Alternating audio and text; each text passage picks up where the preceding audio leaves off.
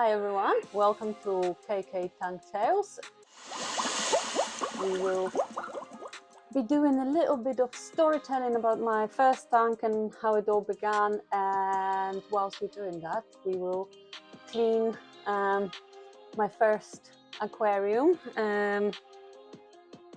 It has been a while, so it's not really looking pristine. It's looking jungly. I love that though, although I think it's overgrown now. I think it needs a good scrub and trim of the plants, so that's what we're going to do.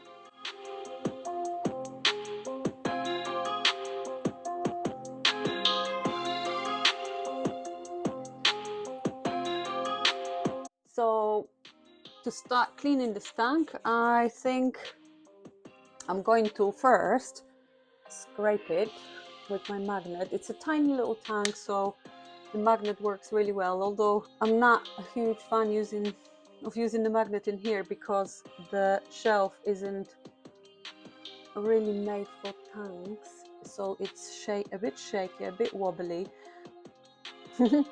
Everyone's coming out to say hello.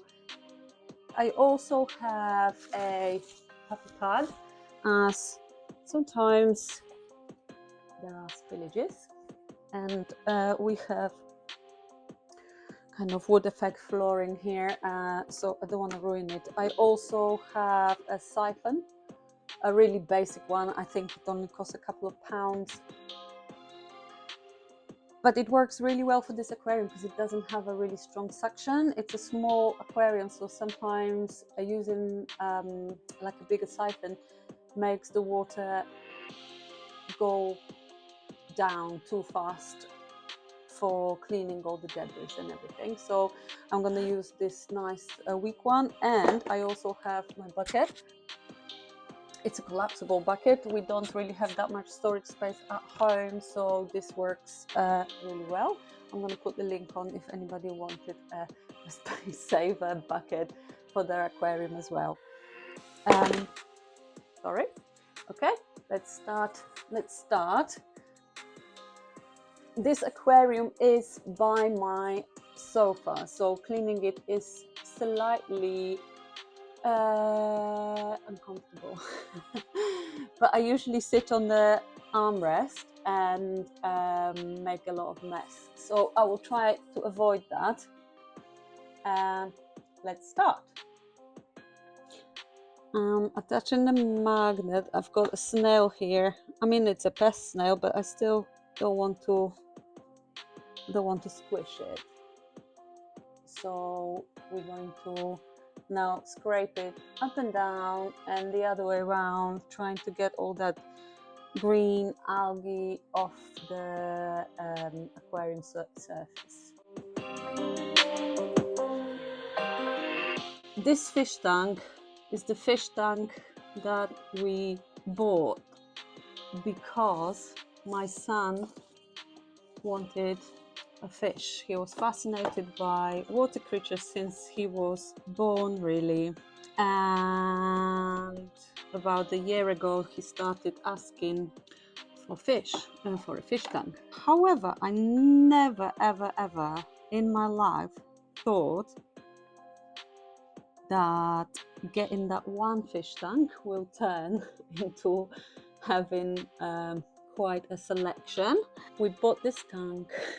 We asked my son what substrate he wants. Obviously, again, didn't know anything about substrate, didn't know anything about plants or fish or anything like that really then. So we just asked for advice, believing that we will get the right one. So the lady said that normally people get gravel, so this is what we got. And I asked my son to choose his gravel as well, as it was his aquarium. Of course, he's chosen a blue gravel and a fluorescent glow-in-the-dark plant. That's what he really wanted. I kind of knew that the aquarium will be here in the living room, so me and my husband decided to buy some live plants and some driftwood or whatever wood we were recommended then, and and the lady said coconut shell, so we bought a coconut shell as well, which is still there. I'm going to be actually taking it out today because nobody's using it. I'm going to be siphoning the water out now, and I'll tell you what happened after we set up the tank. So we got home, we set up the tank, and as advised, we waited for a week. I've asked the lady if I need to add anything to the water, even though I didn't really know that you have to, but I saw a lot of produce on the shelf in store. So I was thinking like, well, clearly it must be there for a reason. The lady said, no, just set up the tank and just wait for a week before you put the fish in it. So, okay, we waited, we set up the tank, we put all the blue gravel in, and we waited a week. We went to buy a fish. Oh, I didn't switch the heater or filter off. 1 second. Right, so we have everything unplugged now, and we can continue siphoning the debris from the bottom of the tank. I've decided that I'm going to take out some of those floating plants to clean it properly. Let's take out those plants. Apart from floating plants, look at these. Look at these roots. Massive. And this is approximately 2-week root growth. I cut them every 2 weeks pretty much. It's absolutely ginormous. This is Amazon frogbit. I love this plant. However, maintenance of this plant is something that I don't love too much, just because the roots grow really fast. A stem plant came out, but it's not looking really great. For some reason, stem plants don't want to really grow in this aquarium, but this might be because of the substrate issue that we discussed before. There is no rich substrate for plant growth. It's just gravel and sand. I guess now this aquarium is about 7 months old, so it's all the kind of things that plants can use for food already made their way down to the bottom, so it's not too bad. But at the beginning the plants didn't want to grow.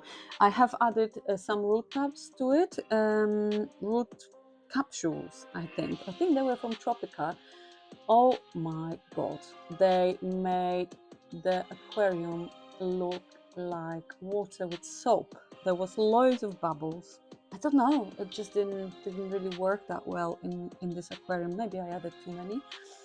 I like the root tabs. I use the root tabs now. They don't cause any spikes in nitrates or anything like that. So it is quite well planted tank still, and the plants are growing really well now, I guess because they have all the nutrients that they need. So where were we? I forgot. I think we were talking about getting the fish.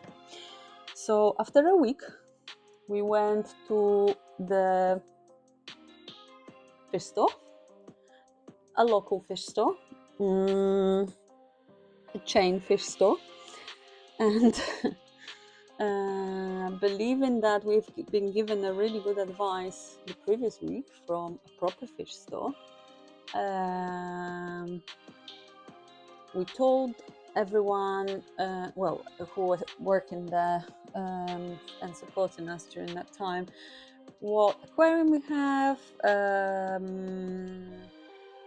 and so on and so on, and they advised us on the fish. So the advice that we have been given were the albino cories, and I think they were dwarf gouramis, females. We brought them home, all of them. I think there were 3 cories and 2 dwarf gouramis, so 5 fish altogether. We plumped them in, and we thought that, you know, it's great. We have fish in the aquarium. It's gonna be beautiful, and we're gonna have lots to talk about and watch and look after the fish as a family, as you do.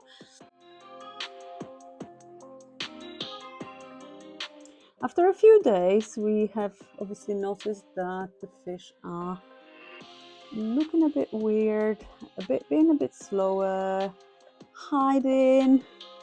So I started researching. I found information about water tests. So I have bought water tests and water test strips.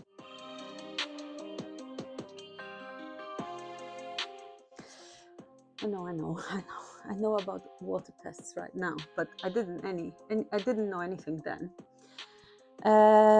So water test strips, we're testing fine.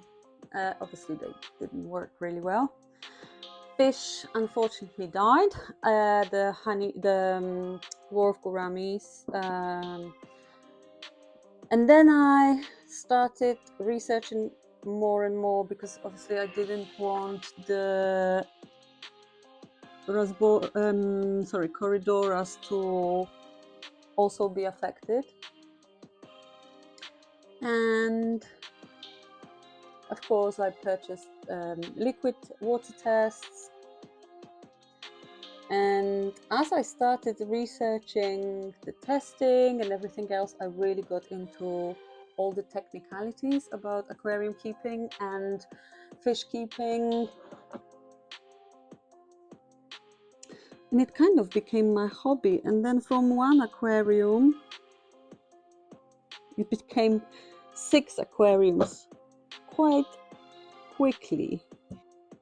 Right, I probably shouldn't have done that because I made the water really dirty, but we shall siphon out from there as well. Oh, hello, Mr. Shrimp, or Mrs. Shrimp. I think I'm going to pour some water back, so I'll be right back. Okay, I poured some of the water back, and I also taken out the wood, the other bit of wood. This aquarium scape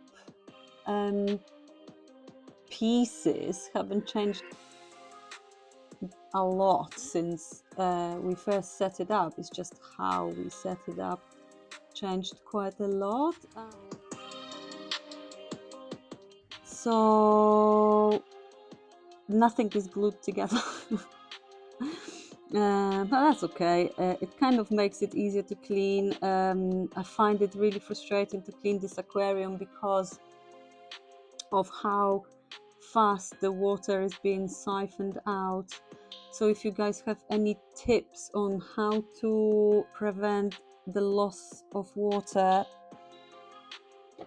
from a small aquarium, do let me know, because I find if I do like a proper clean like I am doing now, it's pretty impossible to kind of get all the gunk out without losing all the water. And obviously I don't want to replace all the water, because the water perimeters in this aquarium are absolutely fine. I honestly wouldn't have to do water changes in this aquarium pretty much at all if not the algae and the shrimp poop. I'm gonna pour the water back in again and continue cleaning. And in the water that I will now siphon out, I am going to clean the filter, which is my least favorite thing about cleaning this aquarium, as I planted lots of terrestrial plants on top. They are all over the filter now, so it takes a little bit of untangling. But yeah, going back to the fish tank, so we had those corridoras, the dwarf gouramis died. So I started doing the research. I really got into fish proper fish keeping information, and as soon as I kind of researched the species that we had, which was the albino cory, I realized that we need sand on the bottom of the aquarium, and so we started to make little changes to make the fish life better and nicer and happy,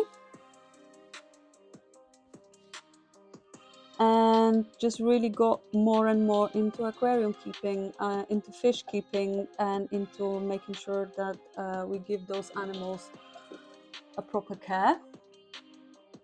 Okay, I think I have enough water to clean the gravel, but what I am going to do now is take the, sorry, I don't want to make everything wet.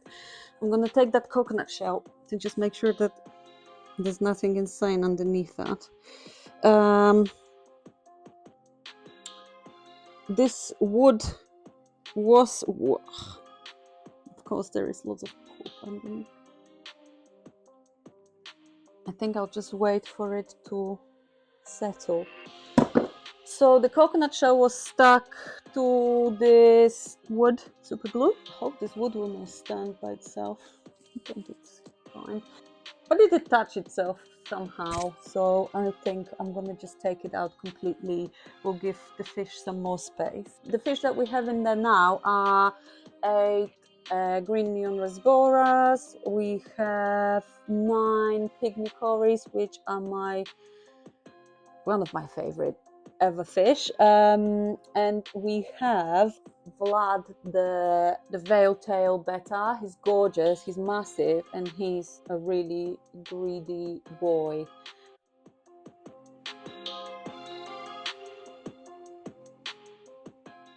So as you can see, the albino cories are obviously not in this tank anymore. We have moved them to the 150-litre tank, and they are much more happy there. They are big and they are spawning and all sorts, and those little dudes, they like it here. And Vlad likes company. He's very, very gentle. He's a gentle giant, so we like having him in a little community tank. I think everyone is very, very happy in this tank at the moment. I think I siphoned everything that I kind of had to out. There is still some detritus at the back, but to be honest, I've never ever cleaned behind that wood. Doesn't make any kind of difficulties in maintaining the water quality, so I guess it's fine to have a little bit of plant nutrients there, apart from supplementing with fertilizers, natural fertilizers, I suppose. I am looking for my scissors. Not sure if I have any here. What I'm going to do now is I'm going to cut the roots of those plants and put them away, and then we're going to clean the filter. And maybe I'll talk to you about how I added the fish after I've learned more about fish keeping.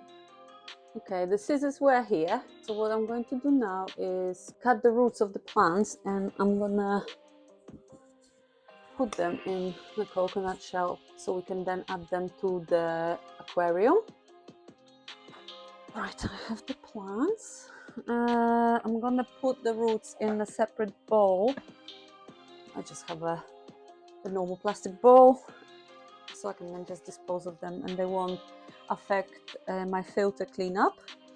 But what I do is, let me just move the camera so you can see my setup, which is a bit unusual. So I'm sitting here and I'm going to be cutting like so, nice and short, putting back in the coconut. I'll fast forward now. I mean, like, I'll do a time lapse so you don't have to watch me doing that for several minutes.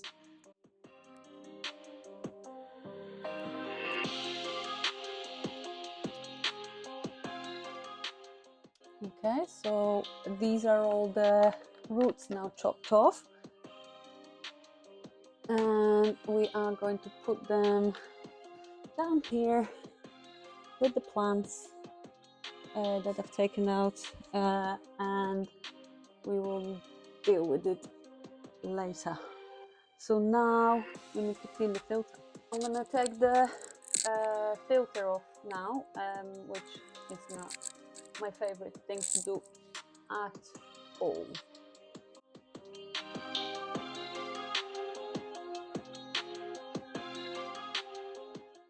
Usually I would just take the inside of the filter out, but the outside of the filter has a lot of kind of hair algae on it, the plastic, so I wanted to get rid of it before I put it back. So I'm gonna have to take the whole thing off. Okay, we've got it. There it is, and we're gonna now wash it in the aquarium water bucket. It's a CF1 filter. It's quite an okay little filter, you know, this tank doesn't really need anything else, but as you can see, it's got quite a lot of kind of growth on it. I haven't cleaned the outside of it for quite some time, so I think it needs a nice scrub. I'll show you how the fish are doing as I'm changing the water. They're out and about, kind of being like, what's going on? But trying to find food, as pecories. And Vlad is hiding somewhere. He's not a fan of tank maintenance. Right, so we're doing everything in my front room, and I will wash the filter now.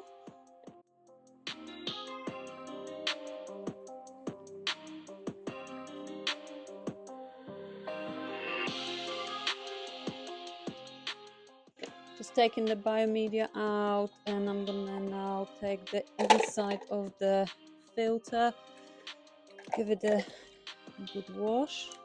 I mean, not a good wash, you don't want your filter to be too clean, but just you know, with your fingers, just so the detritus and the stuff come off. Okay, this is fine. Now we're gonna do the same. I was telling you about those hair algae. I might have to bring a brush for it. Okay, we have this old baby toothbrush. I mean, I never used it for brushing teeth, but we have this toothbrush, and I'm just gonna brush.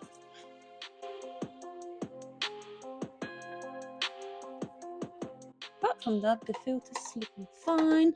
Now what we're going to do, we have a filter biomedia. I might change that. I mean, this is like a fine floss carbon filter, and just a normal kind of filter sponge, which I bought in big pieces, and I'm just cutting bits as I need. It's not too bad at all. I might just rinse it and put it back, and maybe next time I clean the filter, I will just add some filter floss, which I also bought like a big pack of, and I can just cut it and attach to it. It's not too bad. Right, so we can now put it all back together.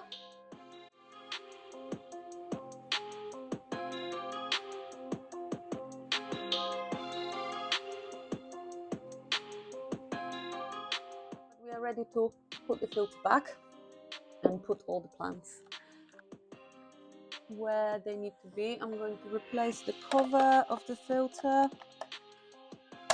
Okay, and simply just hang it back to back where it was. It's taking the whole painting off the wall. Okay.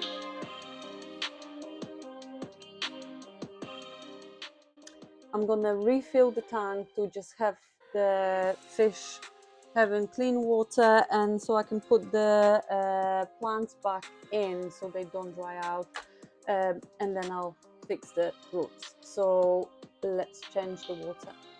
We already changed the water. We're changing the water. We're going to refill the aquarium now using a bucket. I'm using Status for bacteria and Optimus as a dechlorinator, both from Anti-Labs. I've tried loads of different ones, and I just find those two the most kind of, what do I want to say, they last the longest, I think, and probably most effective as well. Right, I'm gonna try not to disturb the fish and also do it at a weird angle so you can see what I'm doing. Oh no, well, that's a disaster. Let's try it on this side. Oops, I'm spilling everywhere. That was not a good idea. Usually I'm doing the water, adding the water from the front of the tank.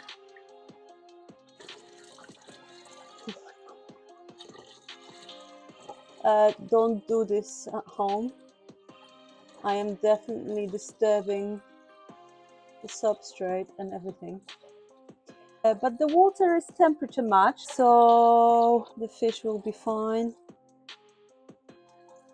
Can you see the blue substrate now? Show it. That's the history of the tank. So after the gouramis died, we were really upset. I researched a lot, probably watched millions of YouTube videos and read a lot about cycling the tank and how to make sure that the water quality is right. Really researching into the species that we wanted to have in here and doing my own research into the fish that are suitable for small tanks like this. This is a 28-liter tube tank. I think it's Superfish, but I will double check and I will put a link in the description. It's a nice little tank, don't get me wrong, but we just didn't know and we just kind of followed the advice.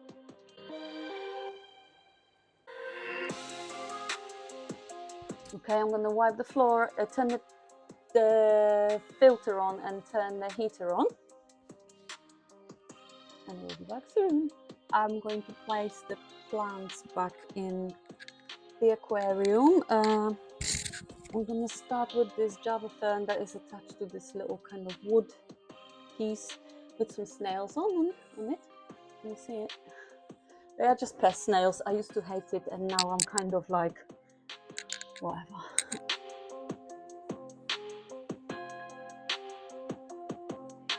They don't do anything. I don't overfeed the tank, so there's not that many of them. Although at the beginning we did overfeed the tank and we have a separate aquarium for the pest snails because we never wanted to squish them or kill them or whatever, dispose of them. So I think I'm gonna make a shrimp tank with the snail tank at some point. Right, I'm thinking whether I should put it back where it was on the side or add it in the middle there. Let me see what it looks like. Well, let's try. First, I'm gonna put the sand back here.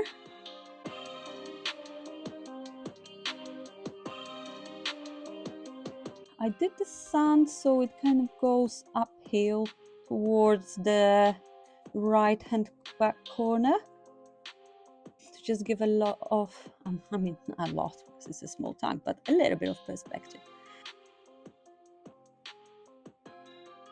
Now to balance it out, as I've taken out the coconut shell, should I put it back where it was? Okay, I like that. Covers a bit of the root system. And now we have the Anubias, Nana, I believe it is. I've attached it with super glue to this piece of little wood that I then added to the aquarium to kind of create like a illusion of a root system. Okay, how's this? And it's giving kind of like a nice cavey vibe in the middle. What do you guys think? I just uprooted the a little bit of grass. in that corner I might put this Anubias bonsai, nana bonsai or bonsai, I don't remember. It's a nice little plant that was in this aquarium for a while, attached to the coconut shell. I might attach it to a little rock and put it right in this corner. You can see my windowsill and not really the aquarium. Let me just show you. Right, there's still a lot of reflections from the window, but hopefully you'll be able to see. I'm going to put it right here. It's looking okay-ish. Oh, I can see this cherry tree.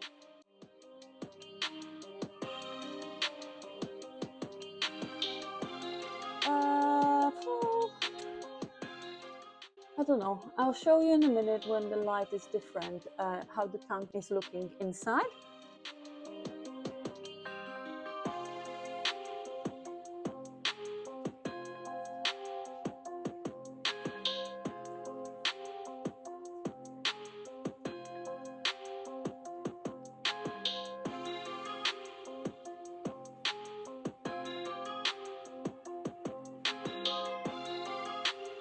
Thanks so much for watching.